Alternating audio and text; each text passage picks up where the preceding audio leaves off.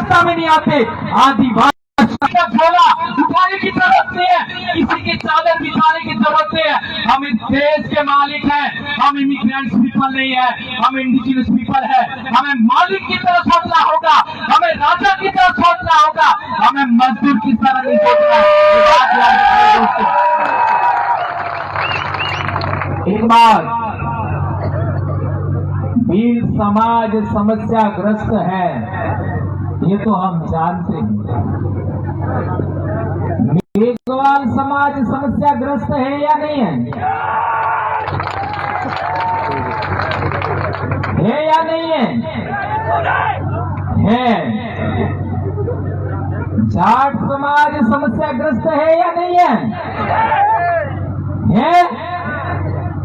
न्यूनाधिक तो होगा। यस। और राजपूत समाज समस्याग्रस्त है या नहीं है?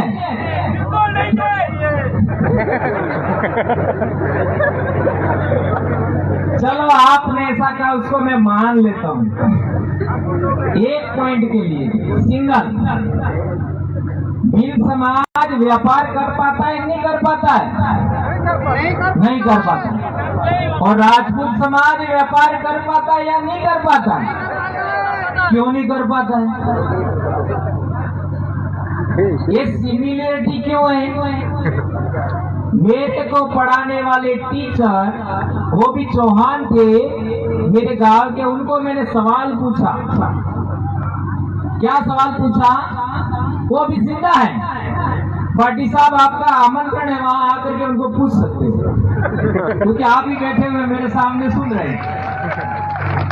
वो मेरे स्कूल में आए, यार भंवरजीत आप लोग आदिवासी के बारे में बहुत बोलते हैं, तू मेरा बच्चा है यार, मैंने पढ़ाया तेरे को। तो मैंने सर से सवाल किया, दो सवाल दूसरे हैं लेकिन वो नहीं बताऊंगा मैं, जल्दबाजी होगा। एक सवाल जो मैंने उनको पूछा वही पूछा कि हमारा समाज व्यापार नहीं कर पाता है और आपका समाज भी व्यापार क्यों नहीं कर पाता है, उसका जवाब दीजिए। मैं स्टूडेंट था, वो गुरु थे। उन्होंने काफी सोचा समझा और उन्होंने क्या कहा वो भी अभी मैं नहीं बताऊंगा, है ना। लेकिन एक बात आपके सामने फिर रख के जा रहा हूं कि 6वीं शताब्दी में हमारा क्या सह संबंध है, ये देखिए। फिर हम लोगों को बात करनी चाहिए। बेशक मारवाड़ की धरती पर इंद्र मेघवाल की बात आई है और वो शायद जितेंद्र जी मेघवाल भील की बात आई है, हमारे उदयपुर में पूजा भील की बात आई है, हम बेशक जानते हैं। लेकिन हम लोगों को समस्या को समझना है। मैं इतिहास का स्टूडेंट हूं और मेरी जिंदगी मैंने इतिहास के पीछे लगाई है, तो मैं कहना चाहता हूं इतिहास समझिए और इतिहास के आधार पर मैं ये भी स्वीकारता हूं, मानता हूं कि राजपूत समाज भी समस्याग्रस्त है। भले आप लोग समझ लीजिए, कोई दिक्कत नहीं। यदि राजपूत समाज समस्याग्रस्त नहीं होता तो गुजरात में शेखावती का पगड़ी क्यों उछाला?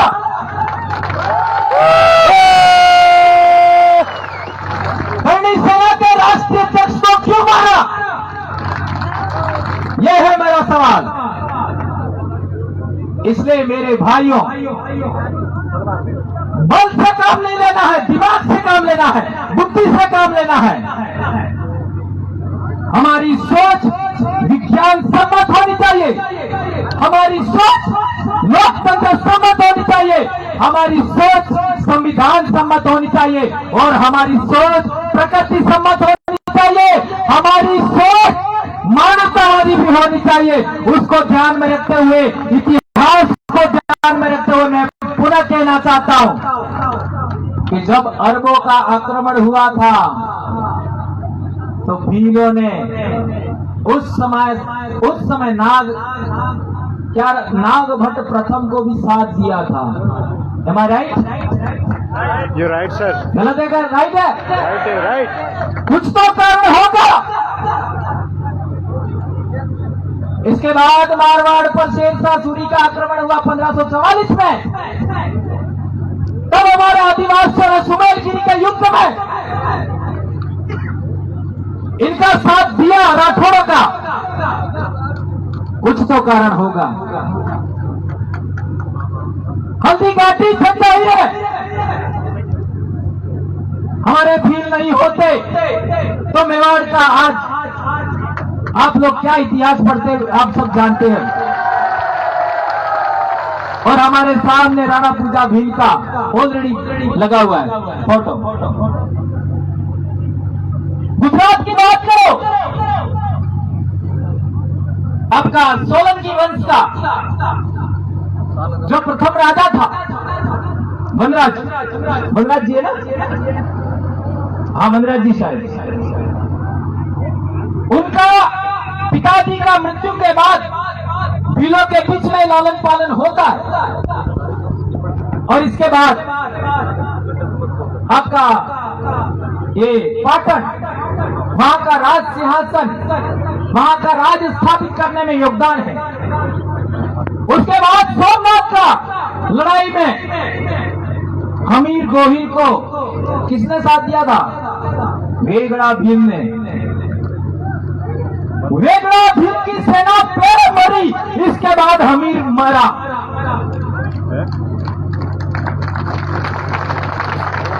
इसलिए मेरा पुनः सवाल है, राजपूत समाज व्यापार नहीं कर पाता है, भील समाज भी व्यापार नहीं कर पाता है, उसका कारण क्या? जब अरबों का आक्रमण हुआ हमारे इलाके में, तब चित्तौड़ पर मानमोरी का राज था और सिंध में भी मानमोरी के परिवार का ही राज था। और आज सिंध में 16 राजपूत है, वो कौन है? जांच करिएगा। आज के इतिहास पर नहीं, उस जमाने के पुरातात्विक अवशेष, उस समय के यात्रा विवरण का सहारा लेकर के आप जांच करिए। मैं आपको बहुत बड़ी समस्या के लिए ये उदाहरण दिया। वो समस्या क्या है? वो समस्या ये है कि हमारी आपसी गुत्थम गुत्था में एक दूसरे को पछाड़ने के चक्कर में हम राजा से रंग हो गए, राजा से रंग हो गए, राजा से प्रजा हो गए, और आज हम दूसरों की दरिया बिछाने का काम कर रहे हैं। इसलिए मेरा आप सबसे आग्रह है, हमारी समस्या क्या है? हमारी समस्या है, एक और बात मैं भूल गया था, खानवा का युद्ध हुआ। उस खानवा के युद्ध में भी हमारे भीलों ने साथ दिया था, राणा सांगा का। और एक बड़ी बात सोचिए, जिनके दिमाग में धर्म का क्या कहते हैं, हिलोरे मारती है भावनाएं। खानवा युद्ध हुआ बयाना के आसपास। उस युद्ध में सेनापति कौन था? जो अपने 12,000 सैनिकों के साथ में रणभूमि में खेत रहा, हकीम खां सूर। हल्दी घाटी के युद्ध में भी क्या नाम था?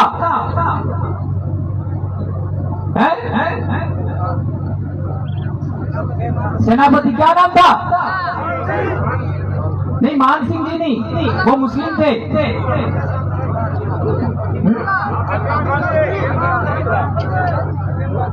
हकीम खां सूर उधर था खानवा में।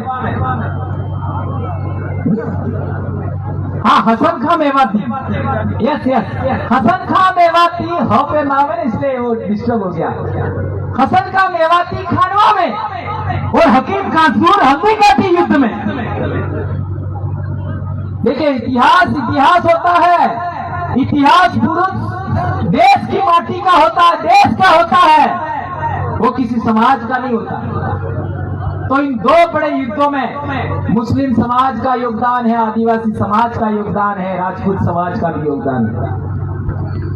तो मेरा पहला सवाल था कि आदिवासी समाज समस्याग्रस्त है, सबको पता है। एससी समाज समस्याग्रस्त है, सबको पता है। ओबीसी समाज भी समस्याग्रस्त है। थोड़ा स्वीकार करेंगे, थोड़ा स्वीकार नहीं करेंगे, लेकिन है। यदि नहीं है तो मेरा सवाल है, ओबीसी समाज की 52% प्रजा है इस देश में, क्या 52% उनका नौकरियों में योगदान है? नहीं है। और यदि राजपूत समाज समस्याग्रस्त नहीं है तो शासन में उनकी जनसंख्या के अनुपात में हिस्सेदारी है? नहीं है। प्रशासन में हिस्सेदारी है? नहीं है। इसलिए मैं कहना चाहता हूं, समस्याग्रस्त लोगों को लोकतंत्र के रहते, संविधान के रहते साथ आना चाहिए। अपनी अंदरूनी बातें खत्म करके सामाजिक भाईचारा खत्म कर रखा कायम करना चाहिए। और यदि सामाजिक भाईचारा कायम करेंगे हम लोग सभी समस्याग्रस्त समाज, तो हमारे इलाके को बदनाम कभी नहीं होने देंगे हम लोग कि हम आपस में लड़ने वाले लोग हैं, एक दूसरे का शोषण करने वाले लोग हैं, एक दूसरे को दबाने वाले लोग हैं। ये बात राजस्थान से सदा के लिए खत्म हो जाएगी। इसके बाद कार्तिक भील का कोई हत्या नहीं होगा, इंद्र मेघवाल की घटना नहीं होगी, जितेंद्र भील की घटना नहीं होगी, पूजा भील की घटना कभी नहीं होगी। इसलिए मैं कहना चाहता हूं, समस्या क्यों है ये पकड़िए, और समस्या है तो समस्या का कारण भी होगा, ये बात पकड़िए। समस्या है तो समस्या का कारण है। अब सवाल पैदा होता है कि समस्या का कारण क्या है। जब समस्या का कारण पता लगाओगे तो समस्या का समाधान होगा। अब मेरा सवाल है कि तुम लोगों को आज तक जमीन का पट्टा नहीं मिला, उस समस्या का कारण क्या है? तुम्हारे लोगों का आज तक जमीन राजस्थान टेनेंसी एक्ट में आप लोगों का प्रावधान होने के बावजूद आप लोगों की जमीन दूसरे लोगों ने छीन ली, या आपने धार्मिक क्रियाक्रम के माध्यम से आपकी जमीन बेच दी। कौन सा प्रावधान कहता है कि आदिवासी की जमीन दूसरे लोग खरीद सकते हैं? क्या है कोई प्रावधान? ऐसा कोई प्रावधान है क्या आदिवासी की जमीन कोई खरीद सकता है? नहीं है प्रावधान। इसका मतलब इलीगल हुआ। हमारे इलाके में भी आदिवासियों की जमीन नहीं खरीदी जा सकती, इसके बावजूद लोग खरीद रहे हैं। तो समस्या का कारण यह है कि तुम्हारी आवाज राज्य में नहीं है।